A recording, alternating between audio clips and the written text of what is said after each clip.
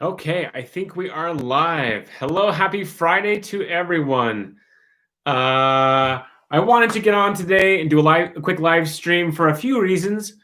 One reason is that today we reached 1,000 subscribers, and that is an incredible milestone. And I want to say thank you to all of you amazing softwarepreneurs out there who are on this journey with us. Some of you are building your own apps. Some of you are thinking about apps that you want to build. You're looking for ideas. Some of you are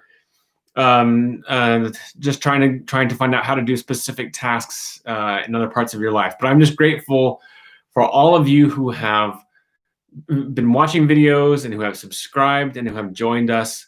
So thank you very much for being part of this community and part of this journey. Let's see, I want to give a quick update on what's going on in Swattage because you probably have noticed that some of the video publications over the last 2 weeks have been a little bit erratic. That's because there's a lot going on, a lot. So I want to tell you a little bit about that. I'm also going to answer respond to some of the comments that different people have made on different videos. So I'll speak to some of those questions here for a little bit. If you actually do want to ask a question live, go ahead and type it in the chat.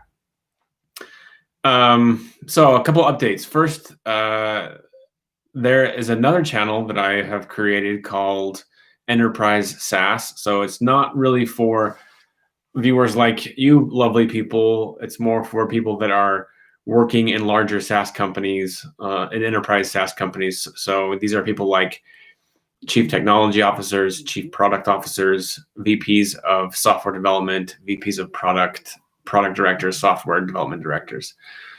Those topics are less about entrepreneurship and kind of the basics of how to, and they're more advanced topics like catalyzing innovation and working within your organization to create a culture that can produce innovative products that disrupt the market. So there are some finance topics, there are some software technology topics, and there are some product management topics on there on that other channel. You're welcome to watch if you want. It's really kind of for a different group, but I won't stop you, if you want to join us over there. The format's kind of similar, except that it's mostly guests. So mostly interviews with guest speakers, people that are on the cutting edge of SaaS leadership that have contributions they want to share and things they want to say to help SaaS leaders grow in their roles and help their companies succeed. Other than that, I've got a handful of other clients right now that are all, I have actually, different clients that are going from UX design into software development. That's taken a lot of time to get them moving in the right direction and get the software, the development cost estimates totaled and to finalize contracts and stuff like that. So look, I've been really busy with a lot of those different accounts. So enough excuses and justification. I want to get back to you and to some of your needs. So I'm going to go ahead and look at some of these comments that people have made and questions people have asked in the comments here on the channel. So most of the comments I get from you guys are great. You're basically just saying thank you, I appreciate the video, thanks for the information. And the positive feedback is appreciated. Thank you very much for that. Regarding the Jira Kanban board tutorial video, Ria Patel asks, who creates the Kanban board and the user stories? So it really kind of depends upon the specific situation, Ria. One possibility is that if you're a softwarepreneur and that you are creating your own company from scratch, it's probably just going to be you. So you're the entrepreneur. That means that you are working as the product manager and as the business analyst, basically. And you're creating the Kanban board and you're creating the user stories. Now we have lots of videos about user stories, what a user story is, how to write a user story. We've had some fun interactive sessions with guests like Todd Erickson talking about how you can write terrible user stories and how you should write good ones.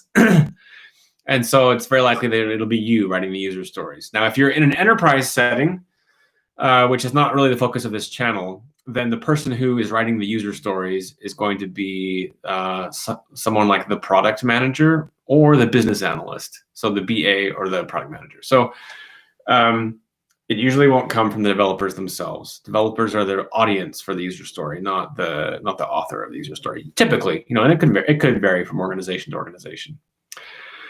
Who creates the Kanban board? That could be a responsibility of the, and again, in an enterprise, it could be the responsibility of the product manager. It could be a responsibility of a project manager. It could be the responsibility of a development manager or a scrum master. So it really depends on how you choose to divide those responsibilities among yourselves. So, but in a softwarepreneurship setting, in an entrepreneurship setting, again, if it's your startup, your SaaS business that you're creating, it's likely that you're going to be the one that's creating the user stories and the Kanban board, which is not hard. That's why we had that Kanban board tutorial video, is so that you could kind of see how it's done. What's more important than who creates the Kanban board is just the fact that it gets created and that everyone has access and that you can share and collaborate. So I hope that answers your question on who creates the Kanban board and user stories. If it's in an enterprise, it's probably the product manager or development or a business analyst or a development manager. But if you're creating a startup, it'll probably be you. All right. Okay. Here you go. Next comment. Lovepreet Kaur. Big brother, I am from India. My father is a farmer as well, and I have a lot of ideas for my business, and I want to change the life of my family, but I'm still stuck at the first point, which is money. How can I invest money on my business? Tell me, please, how. Let me make sure I'm seeing this whole comment. Actually, I think the screen is cutting some stuff off here. Okay. Oh, let's try that again. Okay, big brother, I am from India and my father is a farmer as well. I have a lot of ideas for my business and to change my life of my family, but I'm still stuck at the first point, which is money. How can I invest money on my business? Tell me, please, how I can earn $13,460. Please, if any person reading my comment can please help me. I also want to have a better life. I want to leave the poor life. So, assuming that this is a real comment, which I think it very well could be, and I don't want to be skeptical, because if this is a sincere comment, then it's a pretty serious situation. And I would say that it's really hard for me to comment on that because I don't know what it's like to be a farmer in India. I can try to imagine, but it still is very difficult.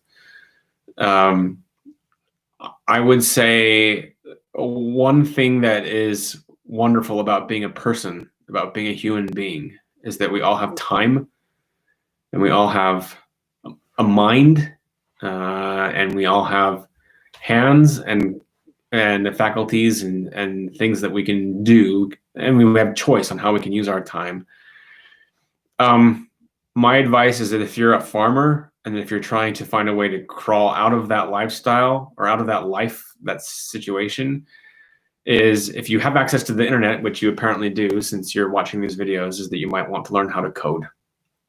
Learn some kind of a useful skill that can increase your worth on the market as a person so that you can increase your earning power, because the more you can increase your earning power, then the more you can earn for the money that you spend. Sorry, for the time that you spend.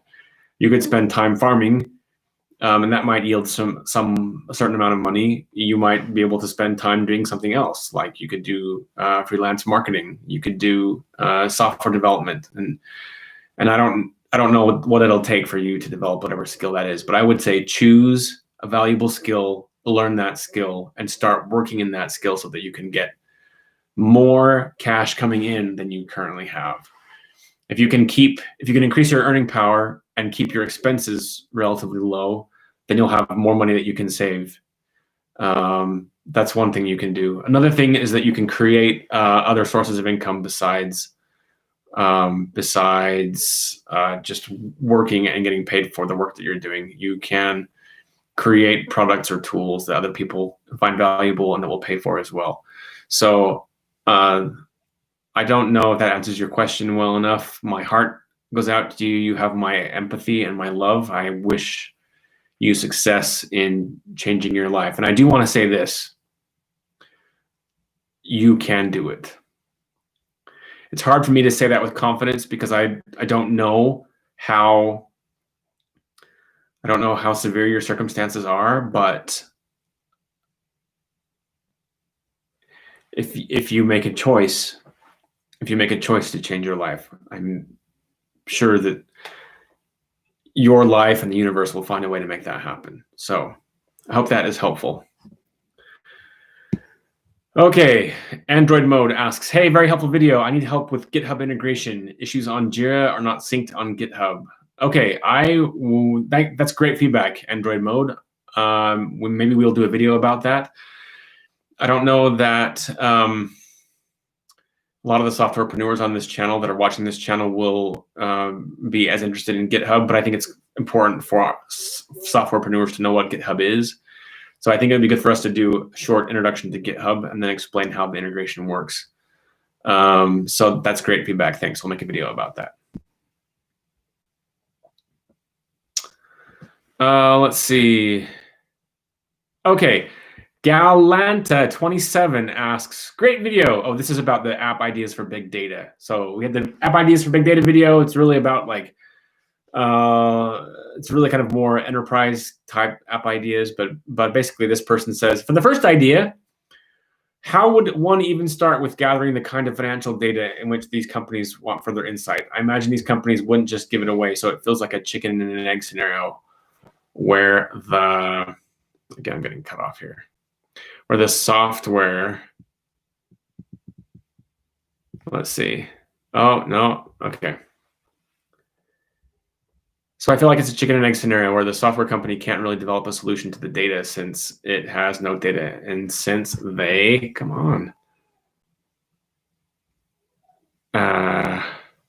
Since they have no solution, the companies won't hand over the data. You'd be surprised, Galanta27. It's true. Maybe you won't be able to just get like raw data, real production data from a big company like a bank. But in many cases, organizations that are really data heavy, like banks or other financial institutions, will have what's called obfuscated data. Data obfuscation is the process of taking data that has like personal information and specific transactions and kind of randomizing it and messing it up so it doesn't really reflect real people or real financial accounts. So it's basically like dummy data that you can use to test out how well an application works or to test out integrations between systems. So if you truly were looking for a way to provide data as a service to a bank, for example, or to a financial institution, you could approach a bank and you could say, hey, we're developing this concept. We're looking for any kind of obfuscated dummy data or insight that you have about what you're not able to do with your data currently.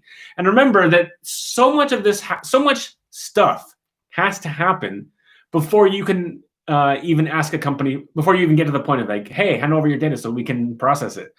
Like you have to do a lot of concept validation, problem statement validation, value proposition work, before you can really have this this conversation with the bank to say, please give us your data.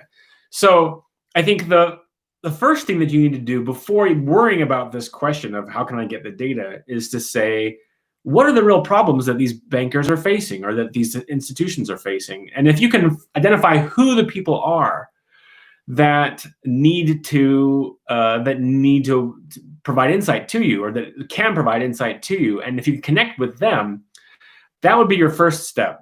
So if you're trying to offer data as a service to a financial institution, first we got to figure out, well, who is it at the financial institution that can talk to us? And then we can approach them and say, hello, hi, I'm working on this concept. My goal is to help financial institutions lower their costs by storing data in the third party and giving them greater insights. And I'm wondering what kind of, since you're kind of the expert in your field and in your organization, what are some of the pain points that you have around data processing, data storage, and data insights? I mean, if you can make that connection with those people and ask those questions in that way so as to get them to talk to you, work on the value proposition first. Because I guarantee you, if you can make those connections and talk to people and get them to tell you what their pains are, what the gains are that they want, and the jobs they're trying to do, and they're not able to do those things, if you can work on the value proposition first, then when you get far enough along in the conversation to say, great, well, here's what we're doing, here's our concept, it would be really helpful if you have any obfuscated data that you could give to us to test out this concept to see if it would be of value to you. Do you have data like that you could provide? Chances are they'll say yes. Like if they see that you're going to be able to save them however many thousands or millions of dollars, if they see that you're going to be able to provide real value by showing them business insights that they can't have right now, and all they need to do is provide you some dummy data to prove out the concept, they'll probably do it. So I would say don't give up too soon, but also you got to do the right stuff in the right order. You got to start with the value proposition before you can get them to give you any data. But it is possible to get obfuscated data to prove the concept. And once the concept is like obvious to them, once it's working and they're seeing that, hey, the concept works and the obfuscated data that they gave you is showing correctly, and that you're able to answer questions and provide insights and do lots of really cool things in data as a service, then you've already got basically your first customer, right? You have them pre-sell pre-sign the contract or pre-sell them the service, and then you can build your tool and then stand them up. Now, also, other companies are doing data as a service. Where did they start? They had to start somewhere. So I would say you can also look at other companies that are providing data as a service and find out how they got started or what it is that they're offering that is particularly insightful. So especially if you can look and see, oh, those data as a service companies are offering A, B, and C. Well, what if we offered A, B, C, and D? If we could build or offer more than what these other companies that are already in the industry are doing, then we'll be able to create more value for these customers. So I would say don't write off the opportunity so soon. You can still accomplish a lot of great things, but start again with identifying the target customer and getting that value proposition dialed in. All right, that's all we have time for today. Go ahead and if you want to provide other questions or ask other questions, you can comment on this video, or you can email me at dale@swattage.com, and then we'll do another QA sometime soon. Oh, another thing too, videos that are coming up. So one of the reasons why there haven't been as many videos in the last few weeks is because we're getting to the stage of product development on the dental app where we're getting out of concept design and we're getting into more UX design. And so my designer, William, is going to be coming on to the channel and sharing some of the principles of UX design with you all. And that's a skill that I don't really have. I can kind of dabble, but I'm not really a UX designer. So we've got a series of UX design videos coming up that will knock your socks off. So thank you so much for watching the channel. Thanks for joining today. Have a great weekend. Talk to you soon. Bye-bye.